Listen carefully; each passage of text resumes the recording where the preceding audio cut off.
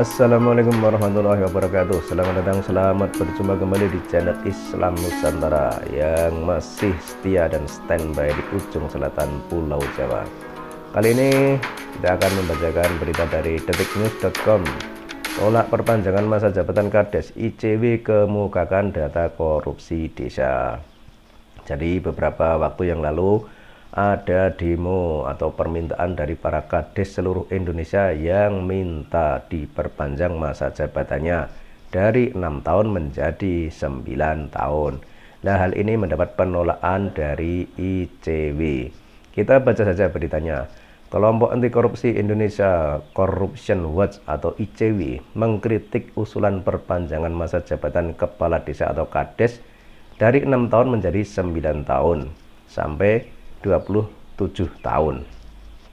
ICW mengungkapkan data korupsi di tingkat desa yang memprihatinkan.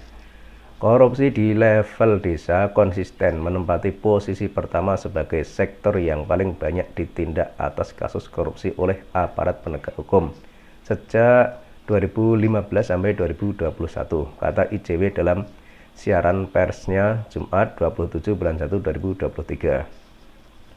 ICW menyebut tren penindakan korupsi di tingkat desa sudah dalam level mengkhawatirkan. Khusus untuk yang sudah terdata saja ada 500-an kasus korupsi di tingkat desa dengan nilai ratusan miliar rupiah. Itu tercatat mulai 2015 sampai 2021. Korupsi makin meningkat di desa seiring dengan alokasi dana desa yang berjumlah raksasa. Sejak 2015 sampai 2021 ada Rp 400,1 triliun dana desa telah digelontorkan untuk keperluan pembangunan desa.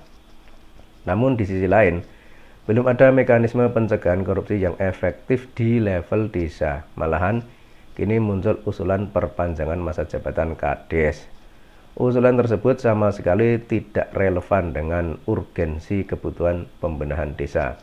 Sebaliknya, akomodasi atas usulan tersebut akan menyuburkan oligarki di desa dan politisasi desa, kata ICW. ICW curiga isu ini digulirkan dengan tujuan untuk mempengaruhi pemilu 2024. Bahkan ICW juga curiga ini bisa melancarkan isu perpanjangan masa jabatan presiden 3 periode. Respon positif atas usulan ya sampai di sini ya. Jadi ya memang kalau usulan kepala desa diperpanjang dari 6 tahun menjadi 9 tahun itu ya tentunya banyak yang tidak setuju ya. Sebab kalau kepala desa itu cara kerjanya bagus, punya kredibilitas yang sangat menarik di mata masyarakat, otomatis kan nanti juga akan dipilih lagi di pemilihan berikutnya, jadi bisa 2 periode. Terus ini misalkan para kepala desa itu minta perpanjangan sampai 9 tahun ya, sampai 9 tahun itu karena mendengar isu masa jabatan presiden 3 periode, ya ini ya sangat berbahaya. Sebab presiden itu ya memang harusnya tetap 2 periode saja. Ini kan sesuai konstitusi, sesuai aturan yang sudah ada. Jadi misalkan Pak Jokowi kalau mau 3 periode ya itu sudah dianggap melanggar keputusan bersama ya. Meskipun banyak sekali dan kita juga tentunya sangat senang lah negara ini dipimpin oleh Pak Jokowi. Tapi bagaimanapun kalau memang tugas sudah selesai ya mau nggak mau ya harus biar gantian yang lain. Nanti Pak Jokowi tetap mendampingi pemimpin yang ada nanti. Sehingga misalkan wacana 3 periode ini tetap dilakukan, ya nanti dampaknya seperti ini, kepala desa juga akan menuntut hal yang sama. Tapi kelihatannya wacana 3 periode itu bukan dari Pak Jokowi ya, mungkin dari politik-politik atau politikus-politikus yang mungkin sengaja menghembuskan isu agar orang itu semakin tidak suka dengan Jokowi atau gimana ya. Jadi seolah-olah ini adalah wacana atau program dari Pak Jokowi. Padahal Pak Jokowi sendiri sudah mengklarifikasi sudah lama bahwa tidak benar wacana 3 periode itu. Beliau itu kan sangat patuh dengan konstitusi ya. Kalau aturan presiden itu 2 periode, ya cukup 2 periode saja. Meskipun tidak bisa kita pungkiri bahwa yang mendukung, yang mencintai, yang menyukai Pak Presiden Jokowi itu banyak sekali. Namun bagaimanapun juga, yang namanya peraturan pemerintah ya harus kita tepati bersama. Jadi misalkan Pak Jokowi sudah 2 periode, ya sudah saatnya berhenti. Kemudian nanti mungkin bisa digantikan oleh misalkan siapa, Mas Gibran atau siapa yang mau maju ke Pilpres 2024 atau calon lain lah. Namun yang jelas itu wacana 3 periode presiden itu cuma isu ya, karena Pak Presiden Jokowi sudah memberi penegasan bahwa itu bukan dari presiden ya, jadi cuma hembusan isu saja, mungkin untuk memperkeruh suasana atau apa. Nah, salah satu yang terkena dampaknya kan ini mungkin para kades di desa-desa ini mendengar hembusan isu-isu tersebut, kemudian mereka terpancing sehingga ikut-ikutan menuntut agar masa jabatannya diperpanjang menjadi 9 tahun. Ini kan jadi kurang menarik ya. Padahal kalau apa ya, lurah atau kades itu kan ya kelihatannya 6 tahun aja udah bagus ya. Soalnya dulu kan cuma 5 tahun ya, kemudian diperpanjang menjadi 6 tahun. Karena lingkupnya itu kan desa itu kan lebih kecil dari negara. Nah, presiden saja cuma 5 tahun, masuk desa mau 9 tahun kan udah nggak logis.